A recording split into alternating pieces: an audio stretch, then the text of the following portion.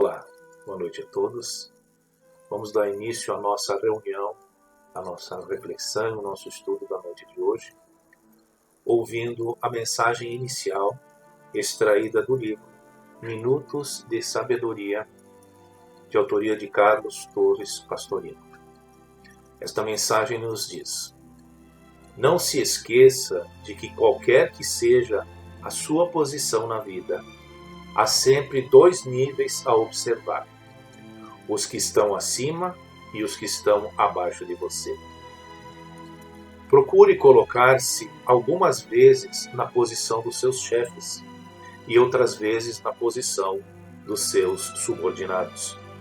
Assim, você poderá compreender ao vivo os problemas que surgem dos dois lados e, desta forma, poderá ajudar melhor a uns e outros. Vamos então, com base nesta leitura, recolhermos intimamente para que, em sintonia com a espiritualidade, com Jesus e com Deus, nosso Pai misericordioso, roguemos as bênçãos sublimes do alto para que este estudo e esta reflexão que faremos a partir de agora sejam produtivos e que venham nos trazer novo entendimento, nova compreensão sobre a nossa realidade existencial neste mundo, seja ela na posição de líderes, de dirigentes ou na condição daqueles que seguem estas pessoas. Aos espíritos amigos, o nosso pedido singelo de proteção e de esclarecimento, que o nosso entendimento se dilate para que esta lição que iremos receber na noite de hoje, ela possa ser internalizada nos nossos corações. Que assim seja.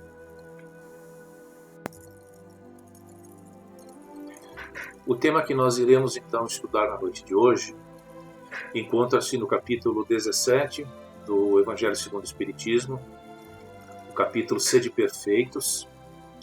O item que trata dos superiores e dos inferiores é o item 9 desse capítulo. Nós vamos então seguir o seguinte roteiro de estudo na noite de hoje.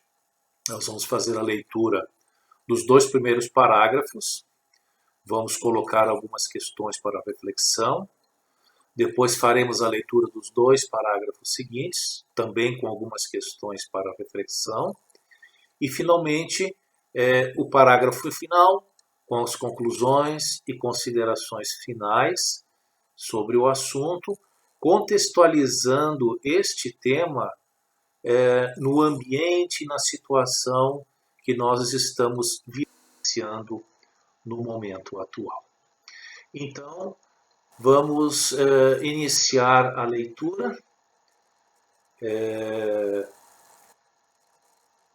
que está lá no Evangelho, que começa assim: a autoridade, tanto quanto a riqueza, é uma delegação de que terá de prestar contas aquele que se ache dela investido.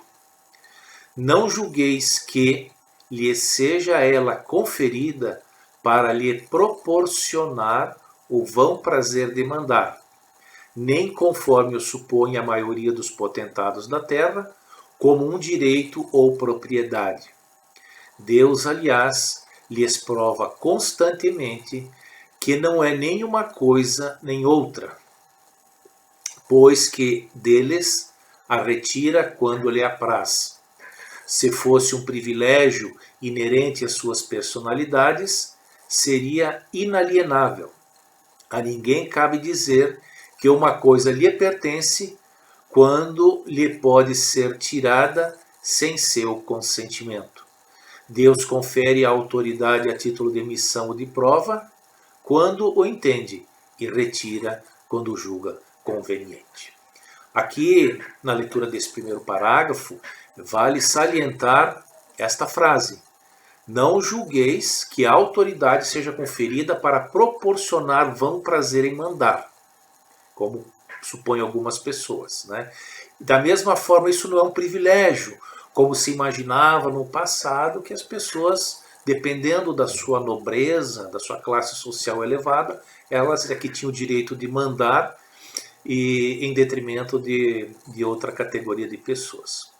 Outro ponto aqui é que esta autoridade ela possui caráter transitório.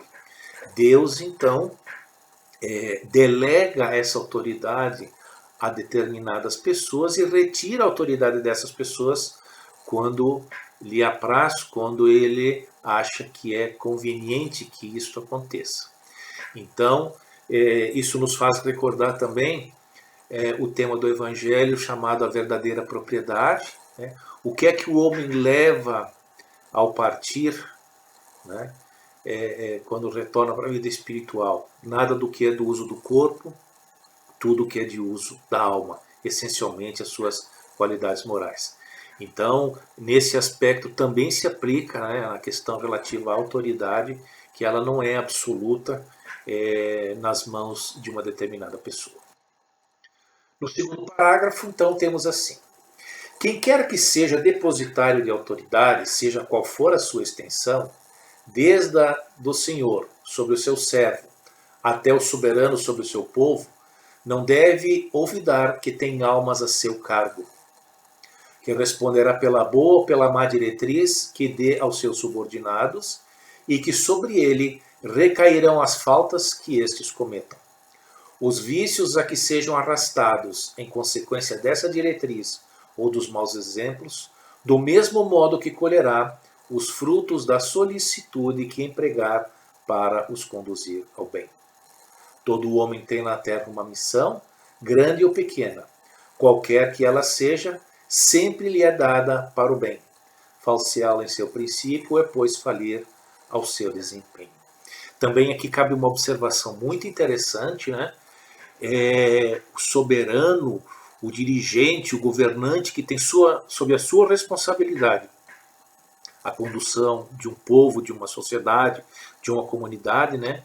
Ele será responsável pela boa ou pela má diretriz que ele dê a esses cidadãos, aos seus subordinados. Isso é muito importante a gente pensar sobre esta afirmação que está aí no Evangelho segundo o Espiritismo. Então, sobre esses dois primeiros parágrafos, vamos propor aqui 3 questões para nós refletirmos. A primeira delas: com que finalidade, então, Deus delega autoridade e riqueza a uma pessoa, né? Então, pelo que nós acabamos de ler, nós concluímos que esta autoridade ela é utilizada, né, centralizada nas mãos de uma pessoa para beneficiar os semelhantes, para beneficiar aquela sociedade onde este dirigente, este líder, ele foi colocado para exercer essa liderança, né? Portanto, estas situações elas têm caráter transitório, né? E pode ser retirada por Deus a qualquer momento. A segunda questão é: o que pensar daqueles que abusam do exercício do poder e da autoridade?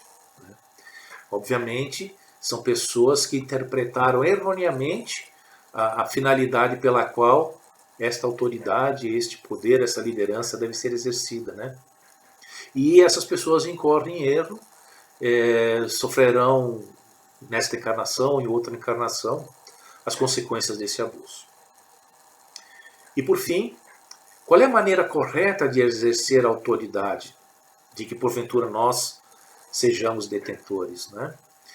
Então, quem exerce autoridade deve levar em conta que possui pessoas sob a sua liderança, sob a sua responsabilidade, né? E que poderão ser bem ou mal sucedidas no exercício dessa liderança, né? E dependendo do que elas fizerem com essa liderança, do que elas vão qual é o direcionamento que elas vão dar a essa liderança, afetando diretamente a conduta dos seus liderados e dos seus subordinados. Isso é muito grave, isso é um assunto muito sério e isso se aplica também, vamos colocar no contexto nosso aqui de realidade espírita, isso também se aplica a coordenadores e a dirigentes espíritas nas nossas casas. Depois, prosseguindo a leitura. Assim como pergunta ao rico, que fizeste da riqueza que das tuas mãos devera ser um manancial a espalhar a fecundidade ao teu redor, Deus também inquirirá daquele que disponha de alguma autoridade, que uso fizeste dela, que males evitaste, que progresso facultaste. Se te dei subordinados, não foi para que os fizesses escravo da tua vontade, nem instrumentos dóceis dos teus caprichos ou da tua cupidez. Fiz-te forte e confiei-te os que eram fracos, para que os amparasses e ajudasses a subir ao meu seio. O superior que se ache compenetrado das palavras do Cristo, a nenhum despreza dos que lhe sejam submetidos, porque sabe que as distinções sociais não prevalecem às vistas de Deus. Ensina-lhe o Espiritismo que, se eles hoje lhe obedecem, talvez já lhe hajam dado ordens ou poderão dar-lhe-as mais tarde, e que ele então será tratado conforme haja tratado quando sobre eles exercia autoridade. Aqui nós também concluímos que a liderança ela também está submetida à lei de causa e efeito, né? Então ela não é um capricho, ela não é por mera vaidade que a pessoa possui essa autoridade, esse poder, essa liderança, e que o exercício ou as consequências que esta liderança levar para a sociedade, aos subordinados, ela terá que responder com isto. E vejam só que coisa grave, coisa lamentável, né? Quantos líderes presentes do passado levaram suas nações, seus cidadãos a tantas guerras, a tantos desatinos que tanto sofrimento tem marcado o nosso planeta até hoje. E aí então, duas questões também para a gente refletir. Será que uma posição social ela pode ser considerada por Deus mais importante que outra? Com certeza não, né? Porque se Deus agisse dessa forma, ele não seria perfeito em tudo, né? Então, de forma alguma, né? Todas as posições sociais são igualmente importantes e todas são de grande valia para o espírito, né? Todos nós somos criados por Deus com a mesma justiça, com a mesma bondade, com a mesma oportunidade. As diferenças de posições ocupadas por cada um de nós na sociedade decorrem da aplicação desse princípio, desse preceito divino, né? Então, os papéis se invertem na vida, né? Os papéis se invertem dependendo das nossas ações, das nossas escolhas.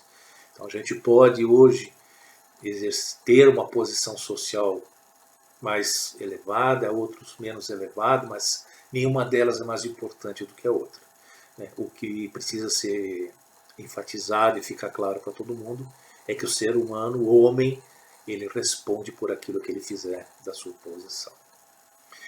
Bom, e qual é que é o comportamento do superior que já tem essa noção, essa consciência sobre as palavras do Cristo, né? E que é consciente do seu dever? Então, essas pessoas, ou esses líderes esclarecidos, vamos chamar assim, né?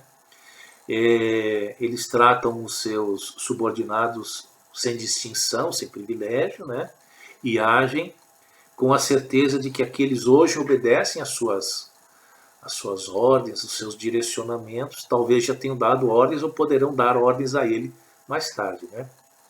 E, obviamente, nós todos seremos tratados amanhã conforme nós houvermos tratado hoje aqueles sobre os quais nós exercemos autoridade.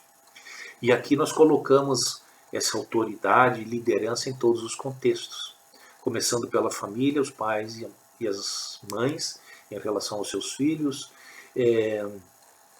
líderes, gestores nas empresas, em relação aos seus subordinados, dirigentes políticos, mandatários políticos em relação às sociedades dentro da jurisdição que lhes compete. Então isso é tudo muito grave. E aqui colocamos também, antes que eu esqueça, as lideranças religiosas. Tá? Então todos nós estamos submetidos, todos esses líderes estão submetidos, né, à lei de causa e efeito, e com certeza vão responder pelo que de bom ou não que fizeram no exercício da sua autoridade.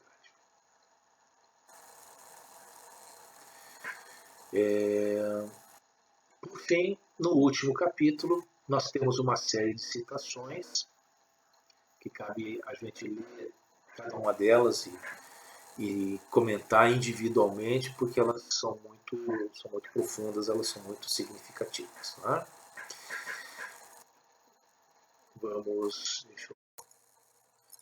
Então vamos à leitura do último parágrafo do nosso evangelho de hoje.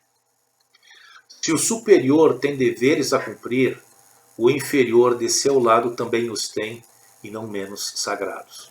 Então, esta frase aqui, ela já desmistifica que o inferior, o subordinado, ele sempre se coloca numa condição de vítima, de explorado. Não é bem assim. Tá?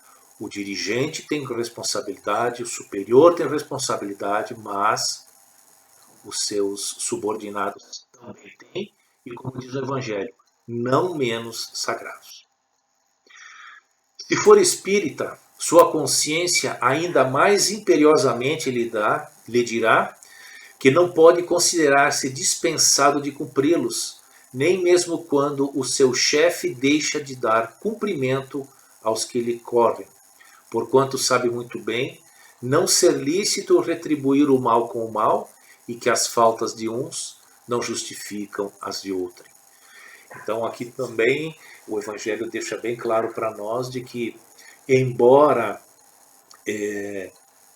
o dirigente, o líder, o superior esteja agindo de forma incorreta, isso não dá o direito do subordinado agir da mesma forma. Né? Então, e principalmente se ele estiver na condição de espírita, né? Como disse no Evangelho, nós não temos o direito de retribuir o mal com o mal, retribuir um erro com outro erro, né? E que os erros de um não justificam os erros dos outros. Nós temos que estar muito bem conscientes disso. Depois, se a sua posição lhe acarreta sofrimentos, acontecerá que sem dúvida os mereceu, porque provavelmente abusou outrora da autoridade que tinha, cabendo-lhe, portanto, experimentar a seu turno o que fizera sofressem aos outros. Aqui, mais uma vez, o que já foi comentado anteriormente, a lei de causa e efeito, a lei de ação e reação, se manifestando também nesse contexto da vida. Se vê forçado a suportar essa posição por não encontrar outra melhor, o Espiritismo lhe ensina a resignar-se, como constituindo isso uma prova para a sua humildade necessária ao seu adiantamento. Aqui cabe uma observação muito interessante também, que tem muita gente que se revolta na condição de não aceitar ordens, não aceitar diretrizes da parte dos seus superiores, porque o orgulho aí está falando mais alto. Então, a posição que talvez se encontre seja também uma oportunidade de exercer e aprender a cultivar a humildade. Né? E quantas pessoas que foram autoritárias, foram déspotas no passado, em situações seguintes se veem constrangidas, né, a terem que obedecer e cultivar e exercer a humildade que eles não tinham quando eram líderes. Sua crença lhe orienta a conduta e o induz a proceder como quereria que seus subordinados procedessem para com ele, caso fosse o chefe. Lei de causa e efeito, né? Usar de empatia aqui é muito importante. Por isso mesmo, mais escrupuloso se mostra no cumprimento de suas obrigações, pois compreende que toda negligência no trabalho que ele está determinado redunda em prejuízo para aquele que o remunera e a quem deve ele o seu tempo e os seus esforços. Numa palavra, solicita o sentimento do dever, oriundo da sua fé e a certeza de que todo afastamento do caminho reto implica uma dívida que cedo ou tarde terá que pagar. Aqui é muito importante, existe toda uma questão de conflito que existe no meio da nossa sociedade com relação a empregadores, empregados. Existe toda uma questão aí que envolve essa desarmonia, né? E nós temos que ter ciência de que tanto de um lado quanto do outro existem pessoas boas, existem pessoas íntegras e existem também aqueles que não são isso tudo. Então, como ao atender a recomendação de não retribuir o mal por bem, nós temos que agradecer aquele que nos remunera, aquele que nos dá a oportunidade do trabalho, e muitos de nós talvez saibam hoje o quanto é difícil ter esse trabalho hoje em dia, e a falta dele, o quanto angústia traz no sustento das nossas famílias. Então,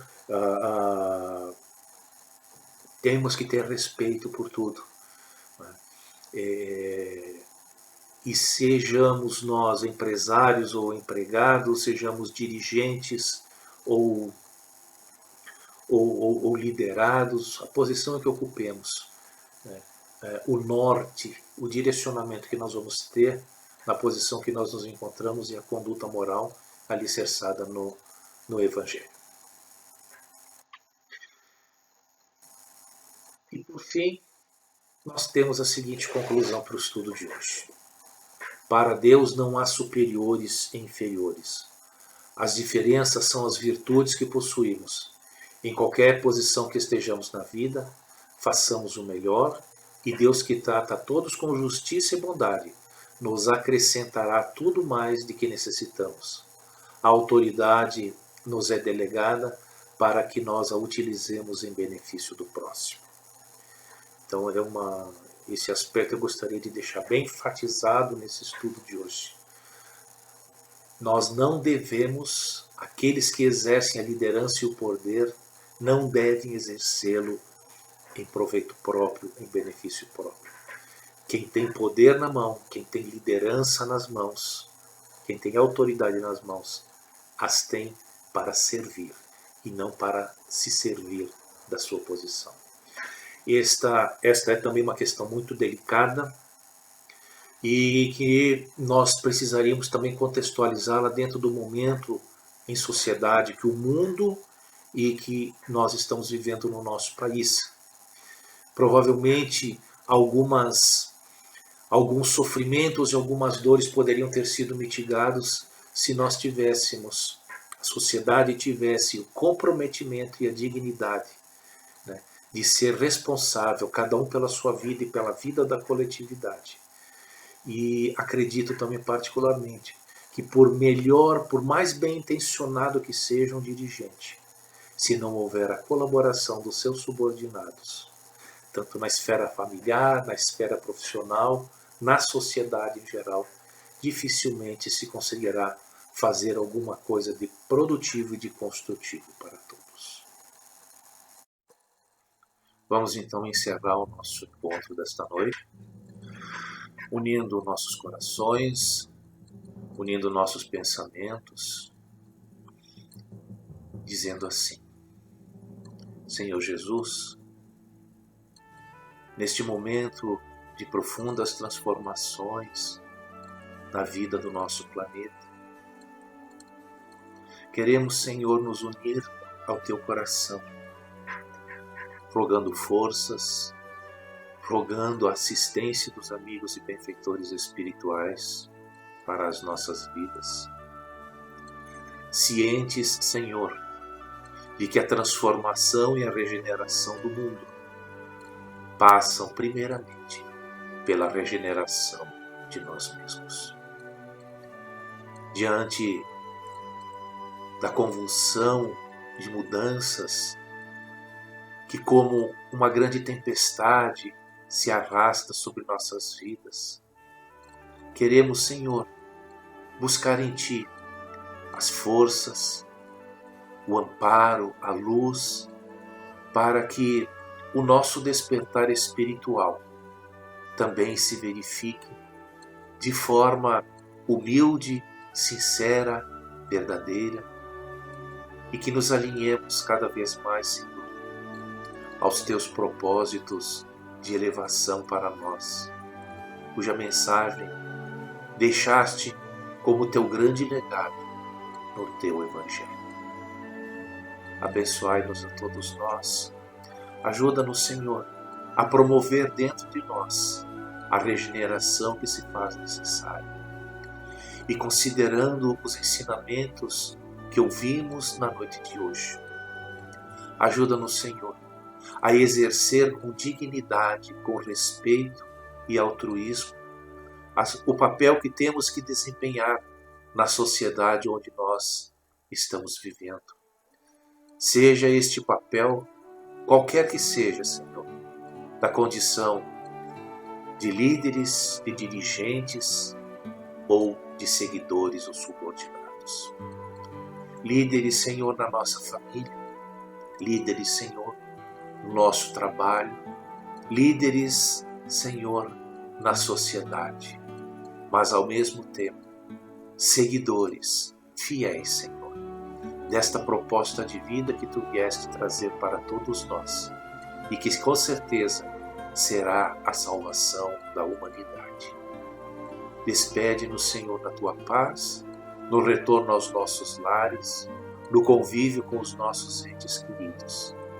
E renovados e fortalecidos, possamos iniciar a nossa semana, a nova semana, com muita força de vontade, disposição e fé.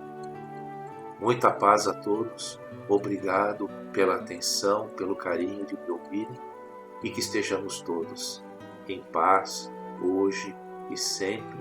Recebam todos um abraço caloroso do vosso amigo, do vosso irmão, que está distante, como podem ver, aqui no frio, no Rio Grande do Sul. Muita paz.